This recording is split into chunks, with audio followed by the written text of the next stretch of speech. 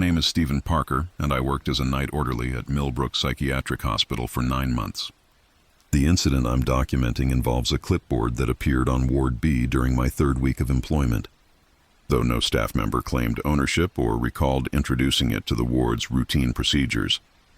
The clipboard was standard medical equipment, aluminum backing with spring-loaded clip, containing approximately 20 patient monitoring forms.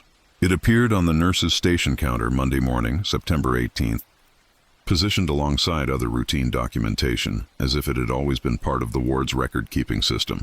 Nurse Janet Pierce discovered the clipboard during shift change, finding it filled with completed patient assessments dated from the previous night. The forms documented vital signs, medication compliance, and behavioral observations for 12 patients, all written in neat, professional handwriting that none of the night staff recognized as their own. "Someone conducted thorough patient monitoring last night," Janet noted during the morning briefing. "Excellent documentation standards. Blood pressure readings, pulse rates, medication response, everything properly recorded and signed. The documented patients were unfamiliar. Names like Patricia Coleman, Robert Hayes, David Walsh, and Sarah Mitchell didn't appear on Ward B's active patient roster.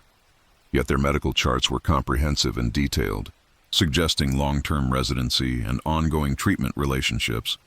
Janet assumed the clipboard belonged to another ward and had been misplaced during the shift change confusion.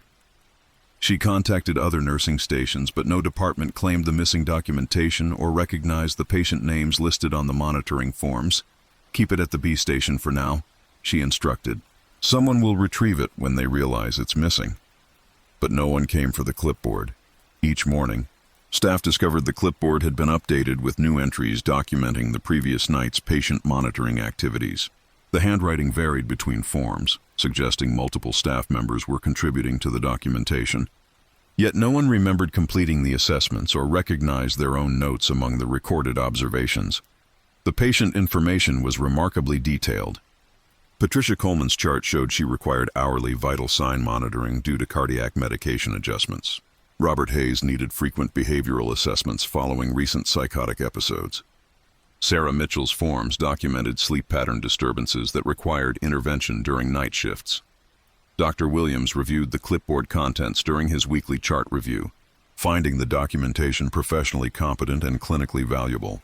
"Whoever's completing these assessments demonstrates excellent patient observation skills," he noted. "The vital sign trends and behavioral notes provide useful therapeutic insights, yet none of the documented patients existed in Ward B's official census." Began paying closer attention to the clipboard's location and contents during my night rounds.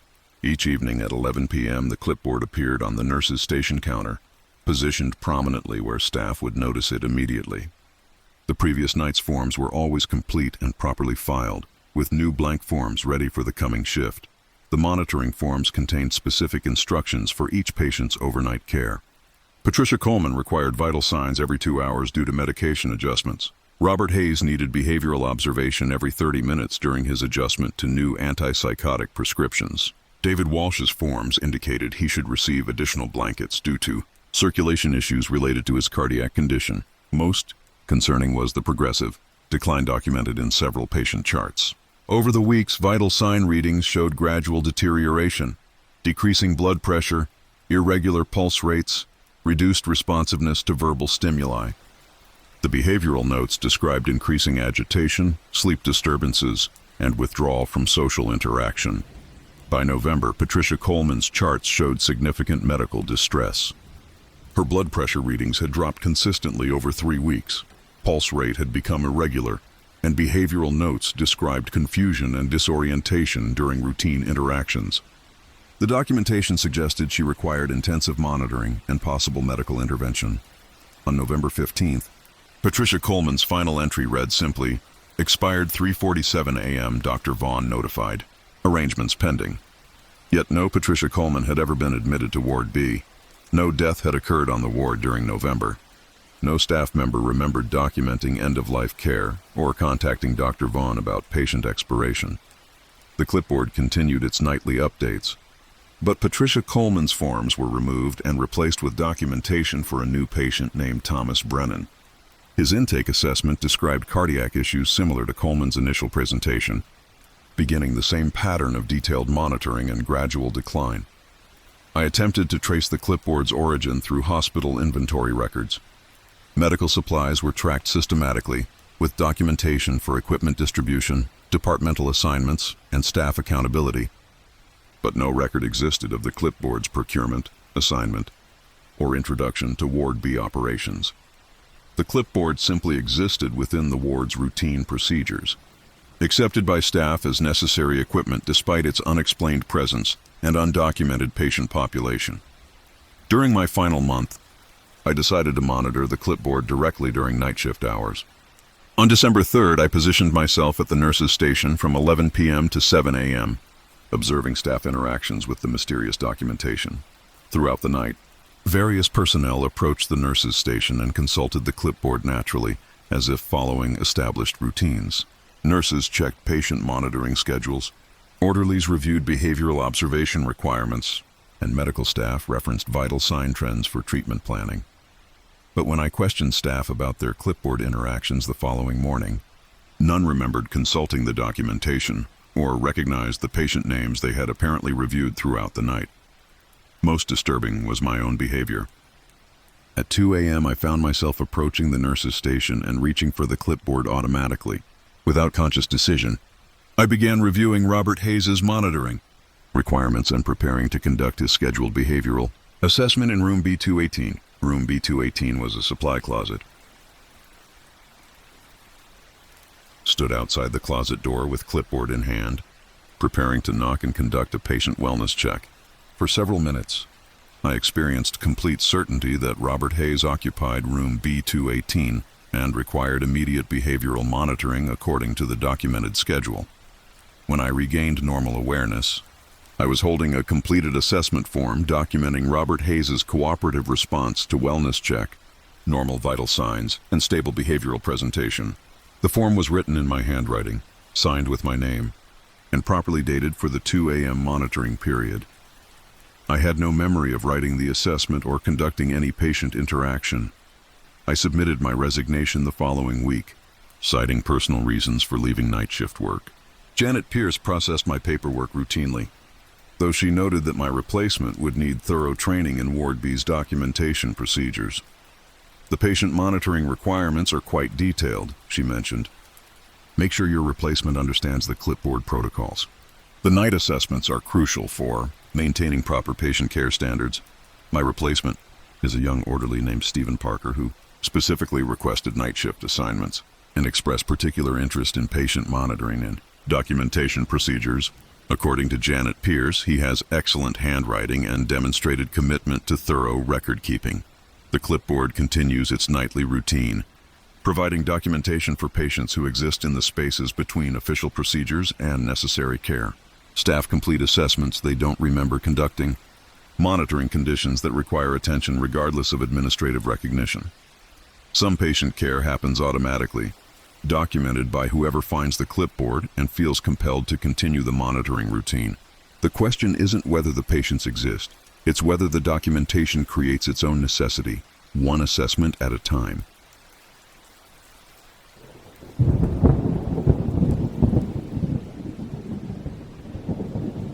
My name is Michael Thompson, and I work as a biomedical engineer specializing in hospital equipment decommissioning.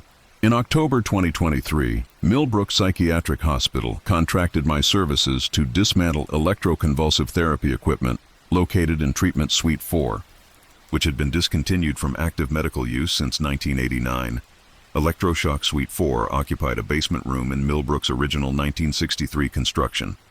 The facility contained 3 ECT machines manufactured by Medcraft Corporation between 1965 and 1978. Along with associated monitoring equipment, patient restraint systems, and electrical infrastructure designed for controlled therapeutic electroconvulsion procedures. My assignment involved safely disconnecting electrical systems, removing hazardous components, and preparing the equipment for disposal according to medical device regulations. The project timeline allowed 2 weeks for complete decommissioning, with particular emphasis on proper handling of outdated electrical components that might pose safety hazards. Access to Treatment Suite 4 required special authorization from hospital administration. The room had been sealed since ECT procedures were relocated to modern facilities in the main hospital building, and maintenance staff rarely entered the area except for quarterly safety inspections required by state regulations. When I opened Suite 4 on October 16th, I found the equipment in remarkable preservation. The 3 ECT machines, designated units Alpha, Beta, and Gamma, appeared recently maintained despite decades of storage. Electrical connections were clean, mechanical components showed no corrosion, and monitoring displays were clear and functional looking. Most surprising was the power status indicator lights, which glowed softly on all 3 units despite the room's electrical supply having been disconnected at the circuit breaker level in 1989. I immediately checked the electrical infrastructure, confirming that power had been properly isolated according to safety protocols. The main electrical panel showed all circuits in the off position, with lockout tags indicating the room had been de-energized for over 30 years. Yet the ECT machines maintained sufficient power to illuminate status indicators and operate internal systems. The equipment manuals, stored in a filing cabinet within the suite, provided detailed specifications for the Medcraft units. According to manufacturer documentation, the machines required 220-volt electrical connections and drew significant power during operation. They contained no internal batteries or backup power systems that would explain continued electrical function after main power disconnection. Yet when I tested the machines using standard electrical meters, they showed no measurable current draw or voltage presence. The power indicators glowed without electrical input, defying basic engineering principles. More intriguing were the patient identification systems. Each ECT machine featured brass nameplates mounted beside the treatment controls, engraved with patient names and treatment dates. The plates were designed for easy replacement, allowing medical staff to track which patients received treatments on specific equipment. Unit Alpha displayed names including Patricia Coleman, 1967, Robert Hayes, 1971, David Walsh, 1975, and Sarah Mitchell, 1978. Unit Beta showed Thomas Brennan, 1969, Margaret Wells, 1973, and James Parker, 1976. Unit Gamma contained similar patient identifiers spanning the equipment's operational period. The brass plates glowed with faint illumination when the room lights were dimmed, creating subtle halos around the engraved names. The effect was most noticeable during late afternoon when natural basement lighting was minimal, giving the impression that the patient identifiers were somehow powered independently of the main electrical systems. He consulted hospital records to verify the patient names listed on the identification plates. Medical archives contained treatment records for several individuals matching the engraved names, confirming they had received ECT therapy during the documented time periods. However, many names on the plates didn't appear in official patient databases, suggesting the equipment had been used for treatments that weren't formally recorded. On October 18th, I began systematic dismantling of Unit Alpha. Following safety protocols, I removed external panels to access internal wiring and components. The machine's interior revealed standard 1960s electronics, vacuum tubes, analog control circuits, and mechanical relay systems designed for precise electrical output control. But the internal components were warm to the touch, as if electrical current had been flowing recently through circuits that showed no connection to external power sources. When I disconnected the patient restraint systems from Unit Alpha, the brass nameplates began glowing more intensely. Patricia Coleman's nameplate became clearly visible in normal room lighting, pulsing gently as if responding to the equipment modification. The other names on the unit showed similar illumination increases, creating a constellation of glowing patient identifiers across the machine's control panel. I documented these anomalies in my decommissioning report, including photographs of the illuminated nameplates and electrical readings showing no measurable power consumption. The phenomena were outside my experience with medical equipment, but posed no immediate safety hazards that would prevent continued work. However, the equipment began operating autonomously during my 3rd day of decommissioning activities. On October 19th, I arrived at Treatment Suite 4 to find Unit Beta fully operational despite having its main power connections severed the previous afternoon. The machine was cycling through complete treatment protocols, pre-treatment calibration, electrode positioning verification, electrical output delivery, and post-treatment monitoring phases. No patient was connected to the equipment, but the system operated as if conducting routine ECT procedures. The treatment cycle lasted exactly 45 minutes, matching standard therapeutic protocols, then returned to standby mode with normal power indicator illumination. I observed Unit Gamma perform identical autonomous operations the following morning. The machine executed complete treatment procedures independently, following proper medical protocols despite the absence of patients or medical supervision. During the treatment cycles, the brass nameplates glowed intensely, suggesting the equipment was somehow accessing its historical patient database. Most concerning was my discovery that the ECT machines were maintaining patient treatment schedules. Hidden within each unit's filing compartments were appointment logs detailing ongoing treatment sessions for the patients identified on the brass nameplates. The schedules were current, showing recent dates and times for individuals who had allegedly received ECT therapy decades earlier. Patricia Coleman's appointment log indicated she received treatments every Tuesday and Friday at 2 p.m. Robert Hayes was scheduled for Monday, Wednesday, and Friday sessions at 10 a.m.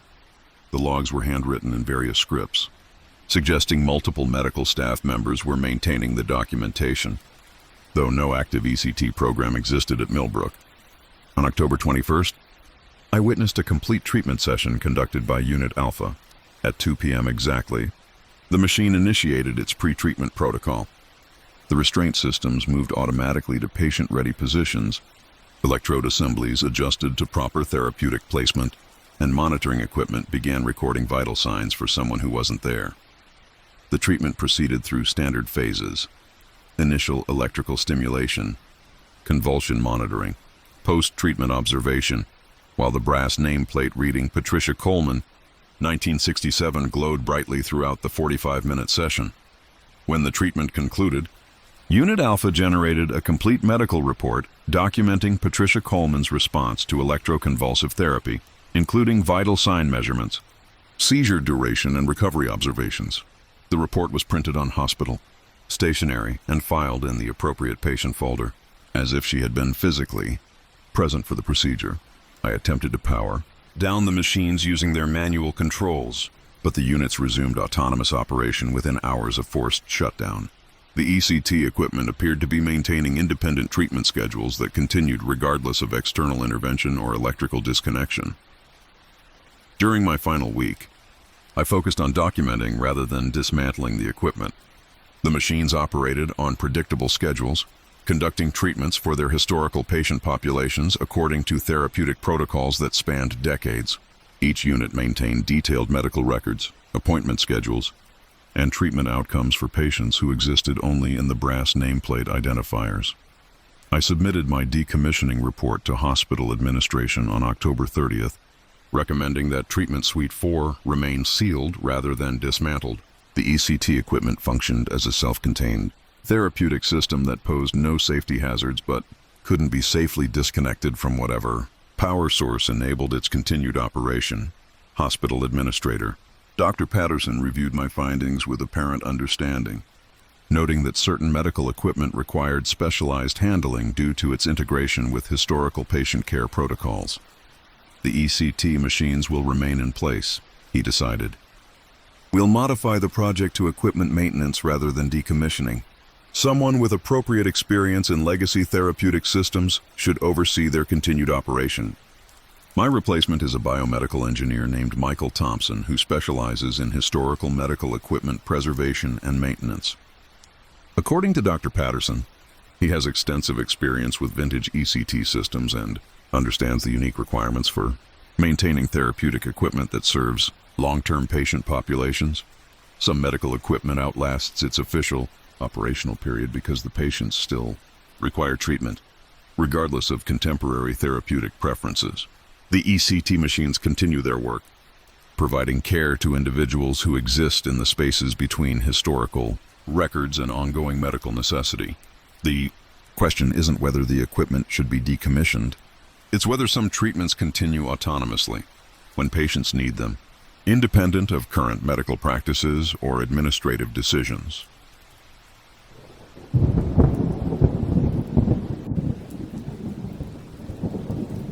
My name is Daniel Foster, and I served as night security supervisor at Millbrook Psychiatric Hospital for 2 years. The events I'm documenting involve the basement access stairwell located behind Ward C, which according to official records has been permanently sealed since structural modifications were completed in 1994. The stairwell door bore multiple security measures indicating long-term closure, heavy-duty padlock, official seal from the state building inspector, and warning signage stating authorized personnel only, structural hazard.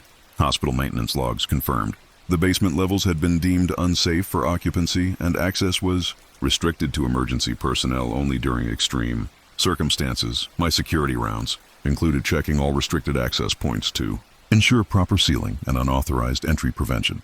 The basement stairwell represented a potential safety liability if patients or staff attempted to access unsafe structural areas, making regular inspection a crucial component of hospital security protocols.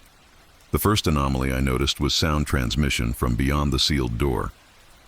During quiet periods of night shifts, typically between 2 a.m. and 4 a.m., I could hear faint footsteps echoing up from the stairwell. The sound suggested someone walking slowly down the steps, pausing occasionally as if inspecting different levels before continuing deeper into the basement structure.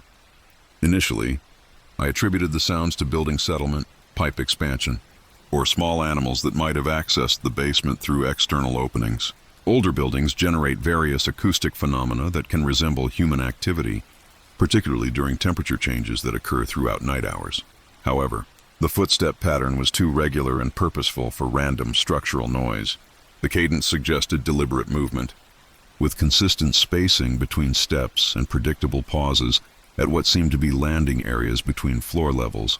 I reported the acoustic anomalies to Maintenance Supervisor Carl Peterson, recommending investigation of possible unauthorized access routes or structural issues that might compromise basement security. Peterson reviewed the area with building engineers, confirming that all access points remained properly sealed and no evidence existed of unauthorized entry. The basement levels are secure, Peterson assured me. Multiple barriers prevent access, and regular inspections show no compromise of sealing systems. Any sounds you're hearing are likely building-related rather than human activity. Yet the footsteps continued nightly, following identical patterns and timing that suggested routine human movement rather than random structural phenomena. During my second month of employment, I discovered that the padlock securing the stairwell door was frequently found in unusual positions. Each morning inspection revealed the lock clasped on the interior side of the door, as if someone had unlocked it from outside, passed through, then secured it again from within the stairwell. This configuration was impossible under normal circumstances. The padlock was designed to secure the door from the exterior corridor, preventing access to the basement levels. Finding it locked from inside suggested someone had entered the stairwell and deliberately secured the door behind them, remaining within the supposedly unsafe basement structure. I documented these observations in daily security reports, including photographs of the lock positioning and timestamps showing the consistent pattern of overnight changes. The evidence suggested systematic unauthorized access to restricted areas, though no method of entry could be identified. Peterson examined the door mechanism and lock system extensively, finding no evidence of tampering, forced entry, or mechanical malfunction that would explain the position changes. The lock functions normally, his report stated. No indication of unauthorized key usage or security compromise, but the pattern persisted. Each evening I would confirm the padlock was properly secured from the corridor side. Each morning the lock would be found clasped from inside the stairwell, with no explanation for how someone could have accessed and secured the restricted area. During November, I began noticing dust disturbance along the basement door threshold. Despite the sealed status, fine particles accumulated along the door frame showed clear footprint impressions, as if multiple people regularly passed through the entrance. The impressions were fresh each morning, suggesting overnight activity despite the locked and sealed access point. More concerning was the discovery of additional documentation related to basement operations.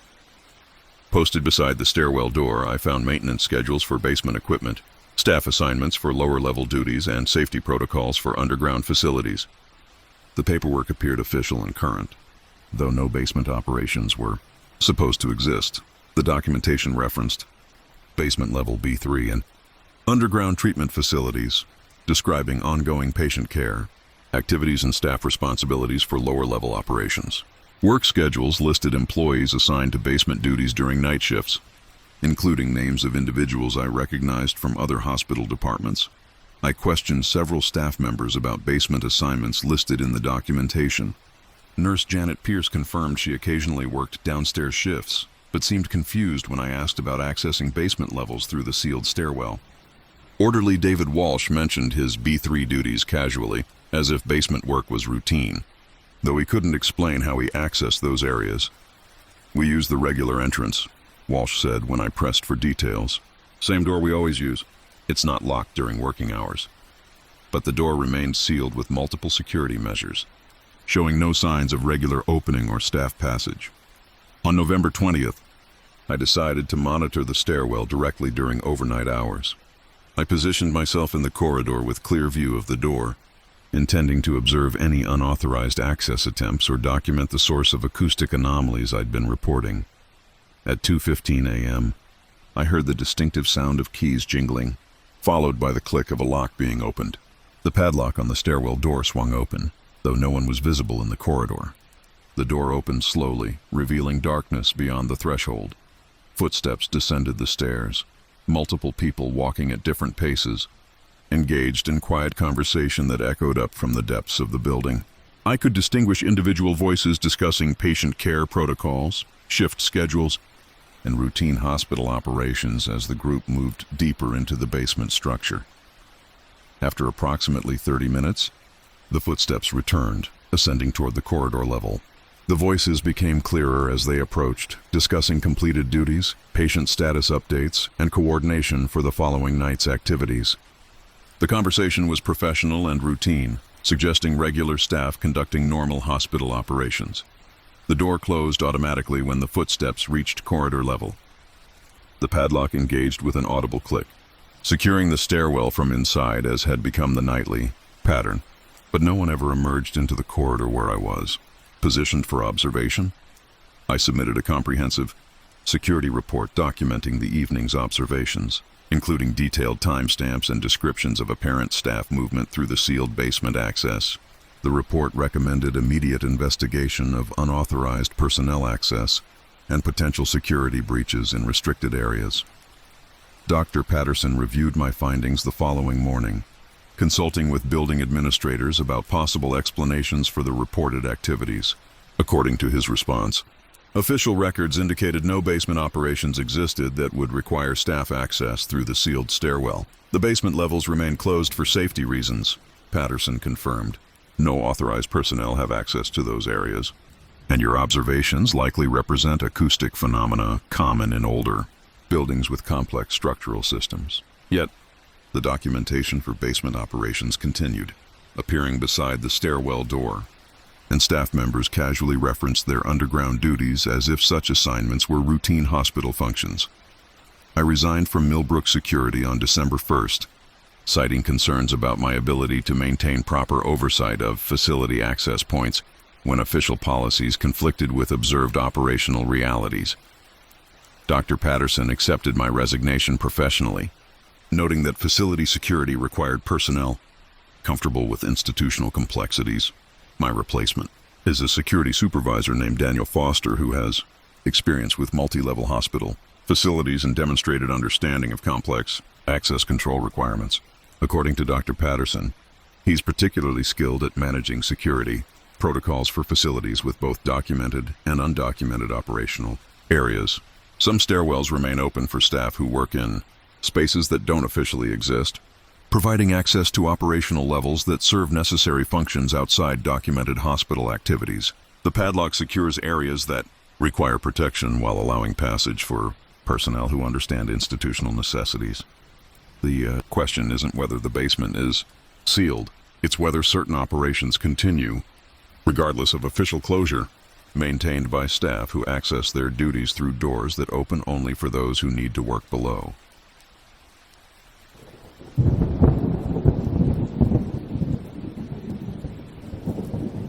My name is Lisa Reynolds, and I worked as a night shift pharmacist at Millbrook Psychiatric Hospital for 14 months.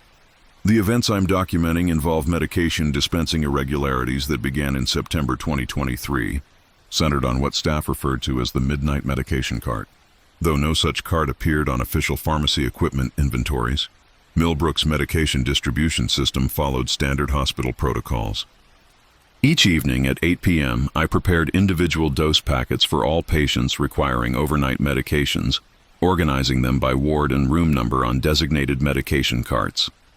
Nurses retrieved the appropriate carts at scheduled intervals: 10 p.m. for evening medications, 2 a.m. for night doses, and 6 a.m. for morning preparations. The system was efficient and closely monitored. Controlled substances required dual verification. Patient identification procedures were strictly enforced, and comprehensive documentation tracked every medication from pharmacy preparation to patient administration. Discrepancies were rare and immediately investigated according to state pharmaceutical regulations. In September, I began noticing medication shortages that didn't align with official patient census or prescription records. The pharmacy computer system indicated we were dispensing approximately 30% more medications than the hospital's patient population required. Yet physical inventory showed corresponding depletion of pharmaceutical supplies. Initially, I attributed the discrepancies to data entry errors or delayed updates in patient discharge records. Hospitals routinely experience minor inventory fluctuations due to administrative lag time between patient status changes and pharmacy system updates. However, systematic review revealed patterns that couldn't be explained through routine operational variations. Medications were being dispensed for patients who had been discharged weeks or months earlier. Patricia Coleman's prescriptions continued generating daily dose requirements despite her official discharge in August. Robert Hayes received regular antipsychotic medications, though his treatment had concluded in July. David Walsh's cardiac medications were prepared nightly, though he'd been transferred to another facility in June. Dr. Williams, the chief psychiatrist, reviewed the pharmaceutical records with apparent confusion. According to his patient database, Coleman, Hayes, and Walsh were no longer under Millbrook's care. Yet the pharmacy computer system maintained active medication orders for all three individuals, generating automatic dispensing requirements that I was fulfilling during routine preparation duties.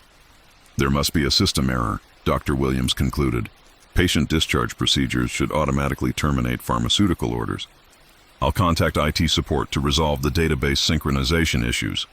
But the IT investigation revealed no technical malfunctions. The pharmacy system functioned normally, with proper integration between patient admissions, prescription management, and discharge protocols. The medications were being ordered through legitimate channels, with appropriate physician authorizations and proper documentation for patients who officially no longer existed in hospital records. More puzzling was the physical distribution of these extra medications. Each night I prepared the additional doses according to system requirements, organizing them on medication carts alongside documented patient prescriptions. Nursing staff retrieved the carts at scheduled intervals, but never questioned the extra medications or reported difficulties identifying recipients for the surplus doses. When I asked Nurse Janet Pierce about medication distribution for discharged patients, she confirmed that all prepared doses were administered successfully according to established protocols. "We deliver medications to every patient on the list," Pierce assured me. No unused doses returned to pharmacy, and all patients receive their prescribed treatments on schedule. The midnight distribution runs particularly smoothly, but Millbrook's official medication schedule included no midnight distribution. Standard protocol called for evening doses at 10 p.m., night doses at 2 a.m., and morning preparation at 6 a.m. No 12 a.m. medication delivery existed in hospital policies or nursing procedures. I began staying late to observe the mysterious midnight distribution. On October 15th, I remained in the pharmacy until 12:30 a.m. to monitor medication cart movement and identify which nursing staff conducted the undocumented distribution rounds. At exactly midnight, I heard the distinctive squeak of medication cart wheels moving through the corridor outside the pharmacy. The sound was familiar, the same rhythmic wheel rotation that characterized all hospital medication carts when loaded with daily dose preparations and pushed along standard routes. But when I checked the pharmacy, all official medication carts remained in their designated storage positions. The squeaking continued for approximately 30 minutes, following what seemed to be a systematic route through hospital wards. Occasionally, I could hear the soft click, of pill cups being dispensed and brief conversations between nursing, staff and patients during routine medication administration procedures. Yet, the corridor outside the pharmacy was empty whenever I investigated.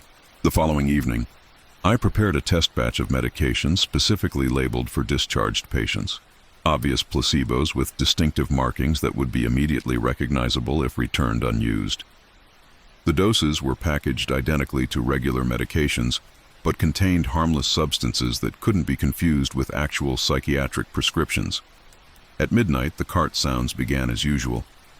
I monitored the pharmacy throughout the distribution period, confirming that all official medication carts remained secured and accounted for.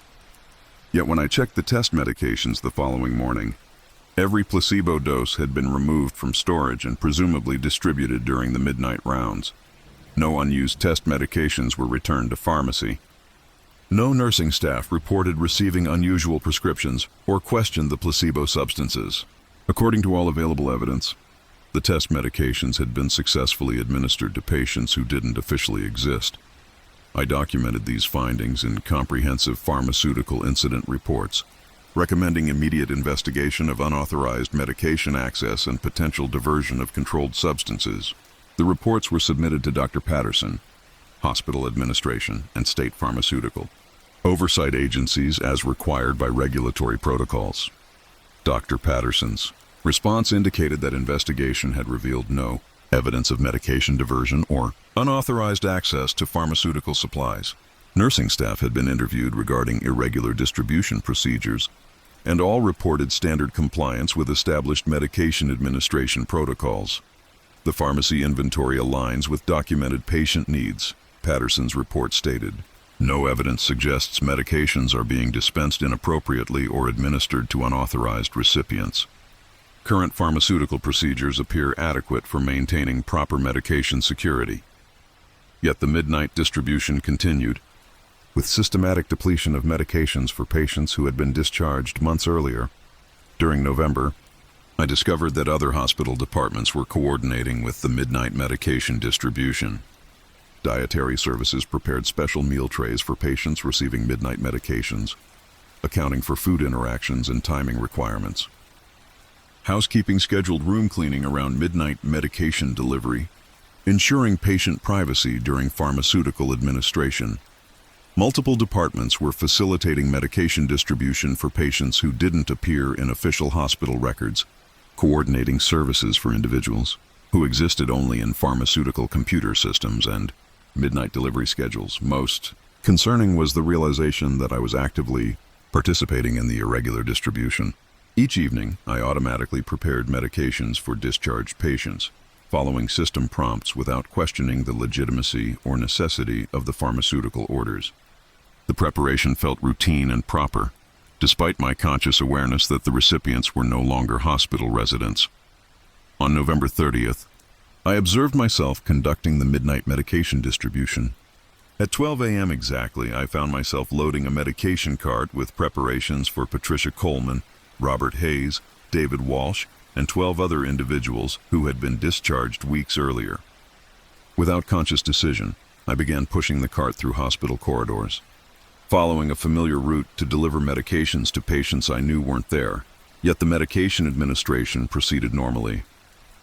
I knocked on doors, announced pharmaceutical delivery, waited for patient acknowledgement, and dispensed prescribed medications according to standard nursing protocols. Patients responded appropriately, thanked me for their medications, and showed no unusual reactions to receiving doses that shouldn't exist. When I returned to the pharmacy, the midnight distribution felt like routine completion of necessary duties. All medications had been successfully administered. Patients had received appropriate pharmaceutical care, and documentation was properly completed according to hospital policies. But I had no memory of seeing any patients during the distribution rounds. I submitted my resignation on December 5th, citing personal reasons for leaving pharmaceutical work.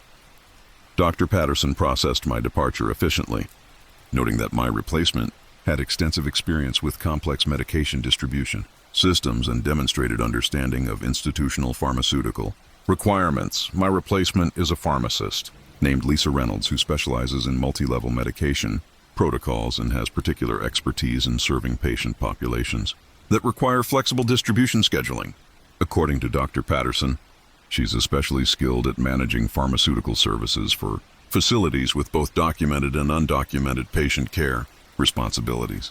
Some medications continue being dispensed because patients need them, regardless of official discharge status or administrative records. The midnight distribution serves individuals who exist in the spaces between documented and necessary care, ensuring pharmaceutical continuity for treatments that can't be interrupted. The question isn't whether the medications are being properly distributed. It's whether pharmaceutical care operates independently of official patient status when medical necessity requires continued treatment.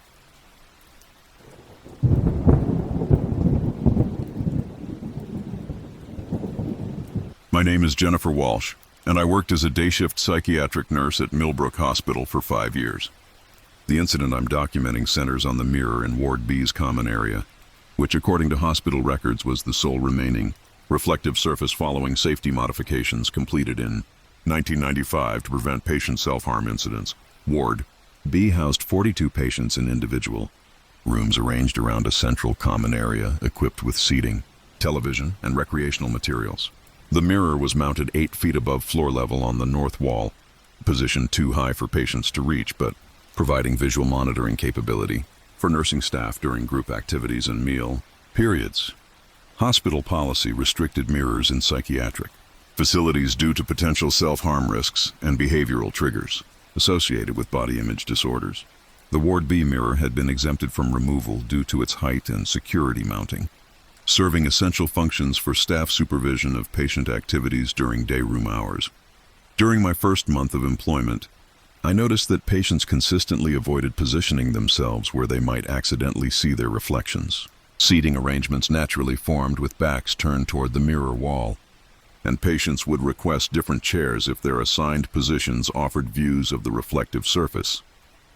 When I asked patients about their seating preferences, responses were consistently vague. Margaret Coleman explained she didn't like the glare from the mirror. Robert Hayes mentioned he preferred facing the windows for natural light.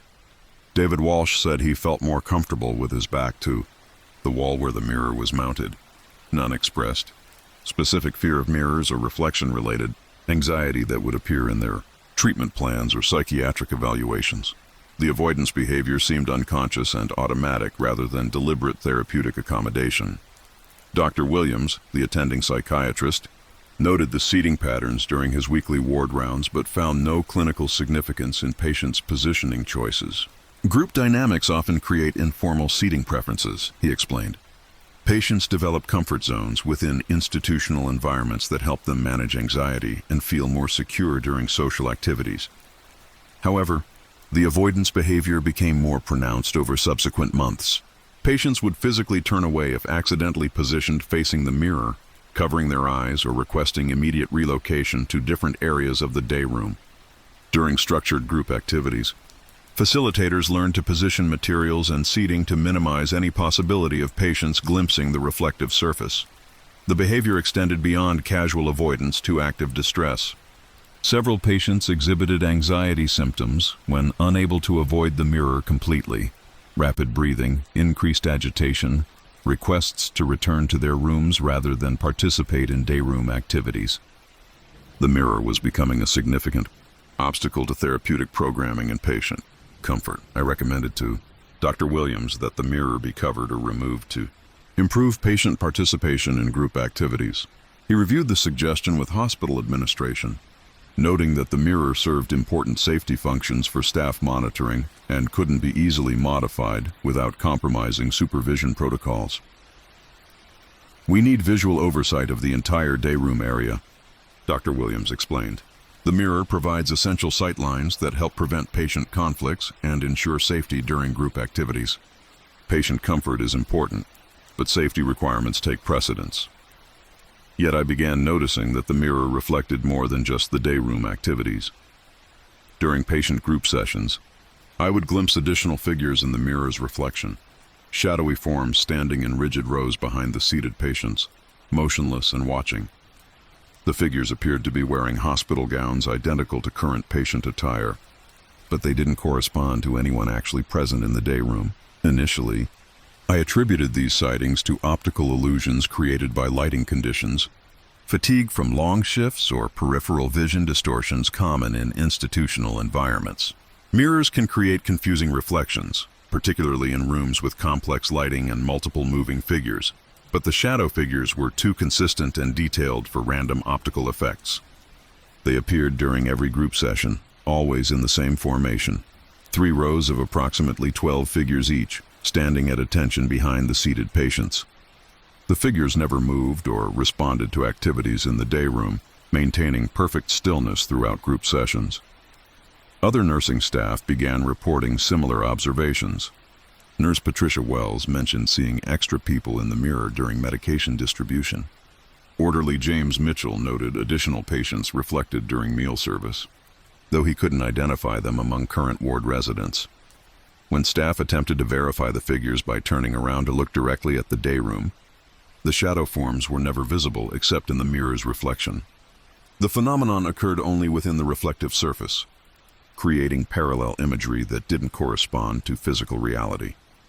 Most disturbing was the realization that the shadow figures were dressed in patient clothing from different eras. Some wore hospital gowns consistent with 1960s institutional attire. Others displayed clothing styles from the 1970s and 1980s.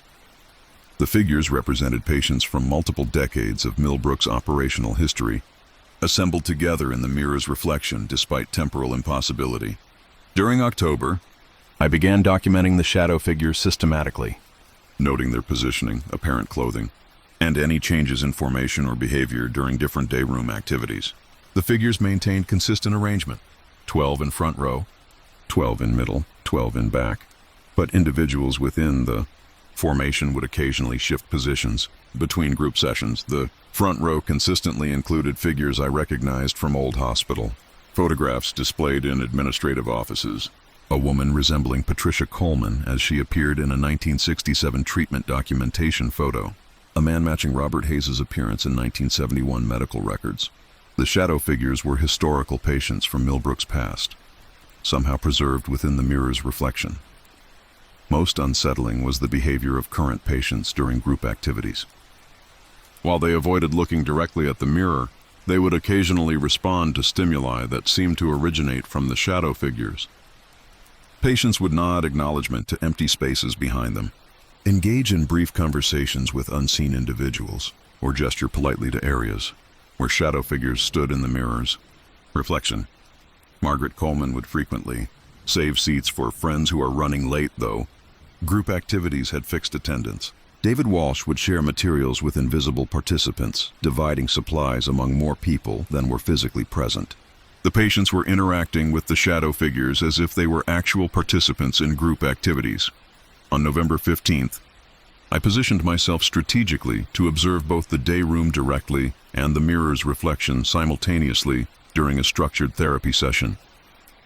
12 current patients participated in the activity, seated in chairs arranged in a semicircle for group discussion. In the mirror, I could see the 12 current patients plus 36 shadow figures standing in formation behind them. The shadow figures appeared to be listening intently to the group discussion, occasionally nodding agreement or showing subtle reactions to comments made by current patients. During the session, current patients would pause in their conversations to allow shadow figures to respond, creating gaps in dialogue where unheard voices presumably contributed to the discussion. The group facilitator, apparently unaware of the shadow figures, continued the session normally while patients engaged in expanded conversations that included participants visible only in the mirror's reflection. When the session concluded, current patients thanked both visible and invisible participants, saying goodbye to individuals they couldn't see directly, but acknowledged through the mirror's reflection. Several patients mentioned plans to continue conversations next time with friends who would be back tomorrow. I submitted detailed observations to Dr. Williams, documenting the systematic interaction between current patients and historical figures visible only in the mirror's reflection.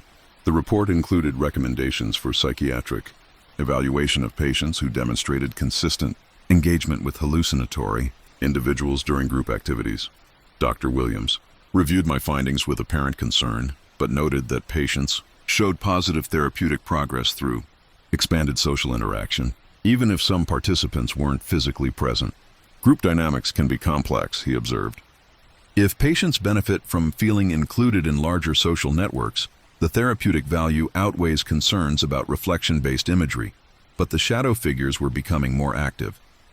During December group sessions, the figures in the mirror began moving independently, walking among current patients, participating directly in activities rather than simply observing from fixed positions.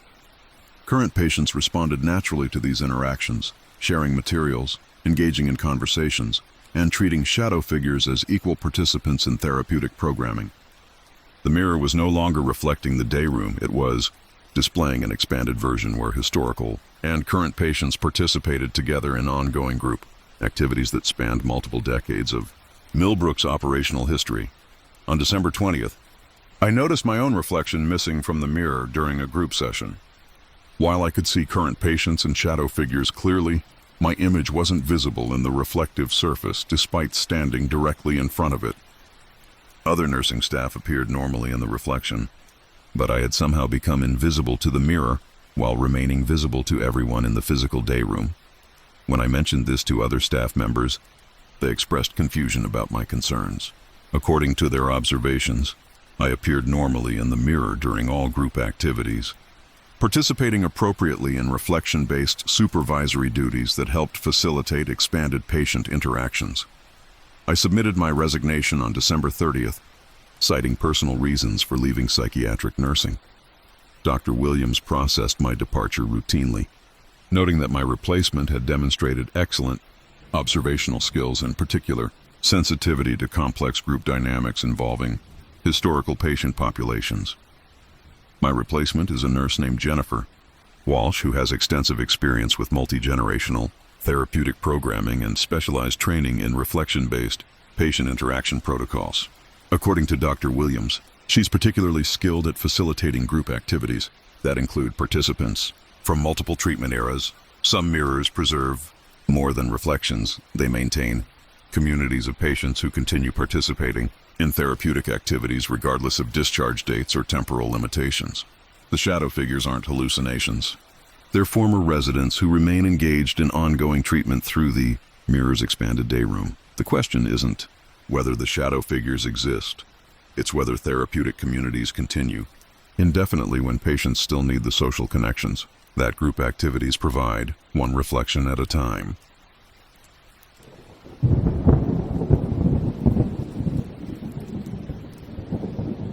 My name is Robert Chen, and I served as a psychiatric technician at Millbrook Hospital for 3 years. The events I'm documenting involve Isolation Room 3, located in Ward C's secure wing, which according to official records has remained unoccupied since safety protocol. Modifications were implemented in 1996, following changes in psychiatric treatment. Standards Isolation Room 3 was designed for patients requiring temporary separation during acute behavioral episodes or safety concerns that couldn't be managed through standard ward procedures. The room featured reinforced walls, secured furnishings, observation window, an intercom system allowing staff communication with isolated patients during treatment periods. Modern psychiatric care had largely eliminated isolation protocols in favor of de-escalation techniques and pharmaceutical interventions, making Room 3 obsolete for current treatment approaches. Hospital policy designated the room as inactive storage, though no equipment or materials were actually stored within the space.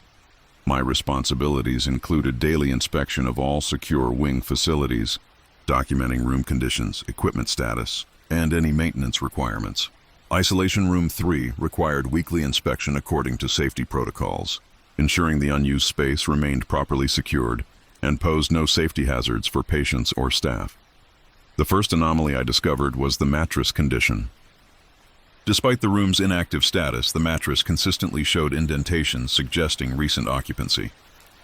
The impressions were distinctly human, head, torso, and leg positioning typical of someone lying supine for extended periods. The indentations were fresh each inspection, as if someone had been using the mattress overnight, then departing before morning rounds. I reported the mattress conditions to maintenance supervisor Carl Peterson, assuming unauthorized personnel might be accessing the room for rest during night shifts. Peterson examined the room's security systems, confirming that electronic locks functioned properly and access logs showed no entry records since the room's deactivation. The mattress materials compress over time, Peterson explained. Old institutional mattresses retain impressions from previous use, creating permanent indentations that can appear recent even after years of storage. Nothing unusual for unused equipment, but the impressions changed position between inspections, suggesting ongoing occupancy rather than permanent compression from historical use. More concerning were the restraint systems. Isolation Room 3 contained leather restraint straps designed to secure patients during acute episodes when safety required physical immobilization. The restraints were supposed to remain unbuckled and properly stored when not in active use. But I consistently found them arranged as if restraining an invisible patient. The straps were positioned precisely, wrist restraints secured at appropriate width for adult arms, ankle restraints properly spaced for leg immobilization, chest restraint adjusted to accommodate average torso dimensions. The arrangement was too systematic for random storage positioning, suggesting someone was deliberately configuring the restraints for patient use. When I loosened the restraints to proper storage position, they would be found resecured during subsequent inspections.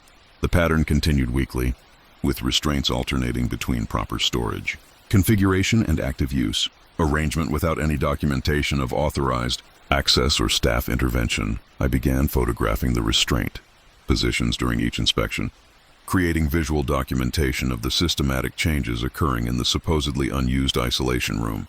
The photographs clearly showed restraints moving between storage and use configurations, though security logs indicated no personnel had accessed Room 3 during the relevant time periods. Dr. Williams reviewed the photographic evidence with apparent confusion, noting that restraint positioning changes suggested either unauthorized access or mechanical failure of the locking systems. He recommended comprehensive security review to identify potential breaches in isolation room protocols. Patient safety requires absolute control over isolation room access, Dr. Williams emphasized. If restraints are being manipulated without authorization, we need immediate investigation to prevent potential liability issues or safety compromises. But security investigation revealed no evidence of unauthorized access, mechanical failures, or procedural violations that would explain the systematic restraint positioning changes. The intercom system presented additional concerns.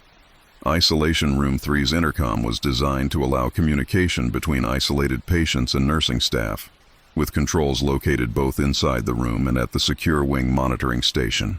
The system was supposed to remain inactive when the room was unoccupied, but staff reported occasional audio transmission from Room 3 during night shifts. Nurse Janet Pierce mentioned hearing patient requests through the Room 3 intercom during routine monitoring duties. The transmissions were brief and unclear, but consistently involved what sounded like someone requesting basic necessities: water, blanket adjustments, bathroom access, typical needs of patients undergoing isolation procedures. When staff responded to intercom requests by visiting Room 3, they found the room empty with no evidence of occupancy. Yet the intercom would show active transmission indicators, suggesting someone inside the room was attempting communication with nursing station personnel. I began monitoring the Room 3 intercom system directly during my inspection duties, listening for audio transmissions that other staff had reported. On November 10th at approximately 2:30 p.m., the intercom activated with clear vocal transmission. "Stay." The voice was calm but insistent, repeating the single word 3 times before the transmission ended. The vocal tone suggested someone in distress requesting continued attention or presence, typical of patients experiencing anxiety during isolation procedures. But Room 3 remained empty when I conducted immediate visual inspection through the observation window. The intercom transmissions became more frequent throughout November, always consisting of the same single word: "Stay." The voice remained consistent, male, adult, speaking clearly despite apparent distress. The timing was predictable, occurring during afternoon hours when isolation room inspections were typically conducted. I reported the intercom activity to Dr. Williams, recommending technical evaluation of possible equipment malfunction or cross-transmission from other hospital communication systems. Electronic equipment occasionally develops operational issues that create false signals or unintended audio pickup from external sources. Dr. Williams arranged for comprehensive testing of the isolation room intercom system by hospital maintenance and communication specialists. Their evaluation confirmed that the equipment functioned normally, with no technical defects or cross-transmission issues that would explain unauthorized audio activity.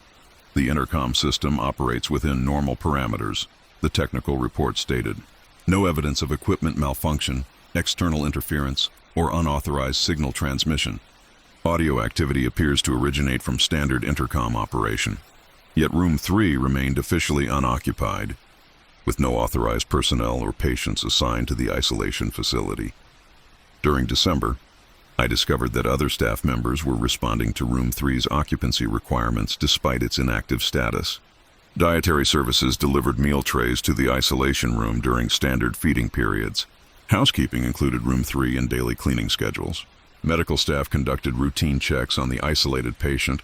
According to safety protocols, multiple departments were providing services for someone who officially didn't exist, coordinating care for an individual isolated in a room that was supposed to be permanently unoccupied. When I questioned dietary aide Marcus Thompson about meal delivery to Room 3, he confirmed regular food service according to isolation dietary requirements. The patient has been cooperative, Thompson noted. Consistent appetite, no special dietary restrictions, standard isolation meal protocols, but no patient was assigned to Room 3. No isolation procedures were active. No dietary orders existed for the supposedly empty facility. Housekeeping staff Sarah Mitchell described routine cleaning duties for the isolation room, including laundry service for patient linens and bathroom maintenance for the occupants' daily needs. Clean patient follows hygiene protocols well, Mitchell observed. Isolation rooms require extra attention to maintain proper sanitation standards. Medical staff conducted regular welfare checks on the Room 3 patient, documenting vital signs, behavioral observations, and isolation procedure compliance in standard medical records. The documentation described a cooperative male patient undergoing routine isolation treatment, with normal physiological responses and appropriate behavioral adjustment to temporary separation protocols.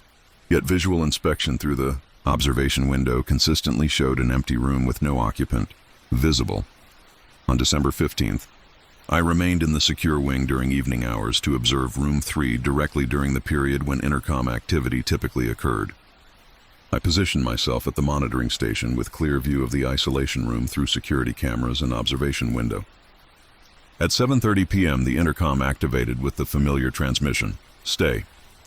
The voice was clearer than previous recordings, displaying obvious distress and urgency. The request was repeated several times, with increasing emphasis, suggesting genuine need for continued attention or presence. I could see Room 3 through multiple observation methods, direct visual through the window, security camera feed, and door monitoring systems. The room appeared empty during the entire intercom transmission, with no visible occupant or source for the vocal communication. Yet when I checked the patient monitoring logs the following morning, documentation indicated successful evening welfare check for the Room 3 patient, with notations describing appropriate response to staff presence and cooperation with isolation protocols. The logs were written in my handwriting. Though I had no memory of entering the isolation room or conducting patient interaction duties, I submitted detailed incident reports documenting the systematic discrepancies between observed room conditions and official documentation of patient care activities. The reports recommended immediate investigation of potential documentation fraud or unauthorized patient placement in isolation facilities. Dr. Williams reviewed my findings with apparent understanding, noting that certain isolation procedures required specialized oversight that wasn't always reflected in standard administrative records. Complex cases sometimes involve treatment protocols that exceed normal documentation parameters, he explained. Your observations suggest Room 3 is functioning appropriately for its intended therapeutic purpose. But Room 3's intended purpose was inactive storage, not patient isolation. No therapeutic protocols existed that would justify undocumented patient placement or invisible care activities. I resigned from Millbrook on December 30th, citing concerns about institutional practices that conflicted with professional standards for psychiatric patient care. Dr. Williams accepted my resignation routinely, noting that isolation room oversight required personnel comfortable with complex treatment scenarios. My replacement is a psychiatric technician named Robert Chen who has extensive experience with specialized isolation protocols and demonstrated understanding of therapeutic procedures that require flexible documentation approaches. According to Dr. Williams, he's particularly skilled at managing patient care, activities that occur outside standard administrative recognition. Some isolation rooms remain occupied because certain patients require separation that can't be officially documented, treatment that exists outside contemporary protocols but remains medically necessary. Room 3 serves individuals who exist in the spaces between documented and essential care. The question isn't whether Room 3 is occupied, it's whether some patients continue requiring isolation indefinitely, maintained by staff who provide necessary care regardless of official record-keeping limitations.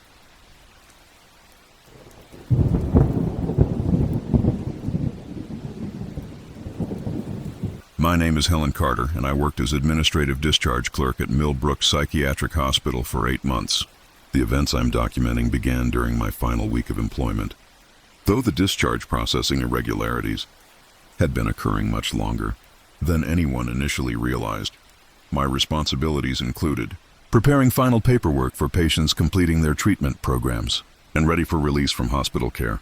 The discharge process involved coordinating multiple departments, medical records, billing, pharmacy, social services, to ensure all documentation was completed properly before patients departed Millbrook's supervision. Each evening, I would process the day's discharge requests, completing forms, verifying insurance information, scheduling follow-up appointments, and preparing final documentation packets for patients leaving the following morning. The work required attention to detail and systematic organization to prevent administrative errors that could delay patient releases or create liability issues. The discharge processing typically concluded by 6 p.m., with all paperwork completed and filed in appropriate departmental systems. Patients scheduled for morning discharge would receive their documentation packets during breakfast, allowing time for final medical consultations and transition planning before official release. On December 20th, I arrived for my morning shift to find a stack of incomplete discharge paperwork on my desk, apparently left over from the previous evening's processing activities. The forms were partially completed but required additional signatures, insurance verifications, and departmental approvals before patients could be officially released. I reviewed the paperwork carefully, finding approximately 12 discharge requests in various stages of completion. The patient names were familiar: Patricia Coleman, Robert Hayes, David Walsh, Sarah Mitchell, individuals I remembered processing for discharge during previous weeks. Yet their paperwork appeared unfinished, as if I hadn't completed the standard procedures despite my recollection of finalizing their documentation. I consulted my processing logs from the previous evening, which indicated successful completion of all discharge requests with proper filing and distribution to relevant departments. According to my records, every patient scheduled for morning release had received appropriate documentation and clearance for departure. Yet the incomplete paperwork suggested otherwise, showing multiple patients whose discharge processing remained unfinished despite my documented completion of their administrative requirements. I contacted the departments involved in discharge coordination to verify the status of patients whose paperwork appeared incomplete. Medical records confirmed that Coleman, Hayes, Walsh, and Mitchell had received final medical clearance for discharge. Billing indicated their accounts were properly resolved. Social services had completed follow-up appointment scheduling and community resource coordination. All departments had fulfilled their discharge responsibilities. Yet the patient's paperwork remained on my desk, requiring completion of procedures I had already finished. Dr. Patterson, the hospital administrator, reviewed the discharge processing discrepancies with apparent confusion. According to his records, all scheduled patients had been properly discharged according to established protocols, with complete documentation and appropriate departmental coordination. Your processing logs indicate successful completion of all discharge requirements, Patterson noted. The patients you mentioned were released on schedule with proper documentation. There shouldn't be any incomplete paperwork remaining for individuals who have already departed hospital care. But the incomplete forms persisted on my desk, requiring attention despite official confirmation that the associated patients had been successfully discharged from Millbrook's care. The following morning, The same stack of incomplete discharge paperwork appeared on my desk again. The forms were identical to those I had discovered the previous day, showing the same partial completion and requiring the same additional processing. Patient names, medical information, and administrative details were unchanged, as if the paperwork had been restored to its previous state overnight. I completed the discharge processing for the second time, carefully documenting each step to ensure proper procedures were followed. By evening, all forms were finished and filed appropriately in departmental systems. The patients whose discharges I had processed should have been released the following morning according to standard hospital schedules. Yet on December 22nd, the identical stack of incomplete paperwork appeared on my desk for the third consecutive day. The form showed no evidence of my previous processing activities. Signatures I had obtained were missing, insurance verifications had been erased, and departmental approvals had vanished as if I had never completed the required procedures.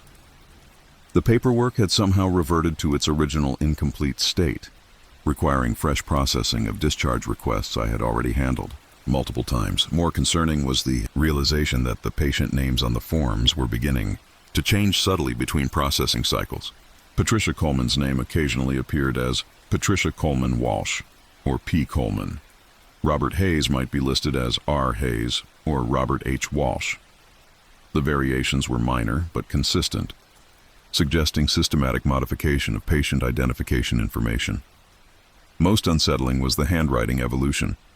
Initially, the incomplete portions of discharge forms were blank, requiring me to fill in missing information using my standard administrative script. But during subsequent processing cycles, those blank areas contained handwriting that increasingly resembled my own style, as if someone else was gradually learning to imitate my documentation methods. By December 24th, the incomplete discharge forms contained extensive handwriting that matched my script perfectly, though I had no memory of completing those portions of the paperwork. Patient information, administrative notations, and procedural signatures were written in my distinctive style, yet I couldn't recall creating that documentation. The paperwork was completing itself using my handwriting, filled out by someone who had learned to replicate my administrative procedures and documentation methods with perfect accuracy. During my final day of employment, December 30th, I discovered that my own name had appeared at the top of the incomplete discharge paperwork stack. A discharge request form for Helen Carter contained partial processing information, requiring completion of the same administrative procedures I had been conducting for other patients. Throughout the week, the form indicated I was scheduled for discharge from Millbrook Psychiatric Hospital following successful completion of treatment program requirements. Medical clearance had been obtained, billing accounts were resolved, and follow-up appointments were scheduled for continued care in community settings. But I was employed at Millbrook as administrative staff, not receiving treatment as a patient. My discharge paperwork represented impossible administrative processing for someone who had never been admitted to hospital care. Yet the form was partially completed in my own handwriting, showing that I had apparently begun processing my own discharge request according to established departmental procedures. Signatures, insurance information, and administrative details were filled out in my distinctive script, though I had no memory of completing paperwork for my own departure from patient care. When I questioned Dr. Patterson about the discharge paperwork bearing my name, he reviewed the form with apparent understanding, noting that administrative staff transitions sometimes required specialized documentation to ensure proper processing of employment changes. Your discharge request has been properly initiated, Patterson confirmed. The paperwork indicates successful completion of your administrative responsibilities and readiness for transition to external employment opportunities. Standard procedures for staff. Departures, but the form wasn't employee. Termination documentation. It was patient discharge paperwork identical to forms used for individuals completing psychiatric treatment programs and leaving hospital care. I submitted my resignation that afternoon, citing personal reasons for leaving administrative work. Dr. Patterson processed my departure efficiently, noting that my replacement had demonstrated excellent attention to detail and particular skill with complex discharge processing requirements. My replacement is an administrative clerk named Helen Carter who has extensive experience with cyclical documentation procedures and specialized understanding of discharge processing that involves both patient and staff transitions. According to Dr. Patterson, she's particularly skilled at managing paperwork that requires multiple processing cycles to achieve proper completion. Some discharge paperwork never clears because certain individuals require ongoing processing that exists outside standard administrative procedures, documentation that continues indefinitely until the proper person completes their own discharge requirements. The question isn't whether the paperwork will be completed, it's whether some discharges happen automatically. When staff realize they've been processing their own departure from roles they never remembered accepting,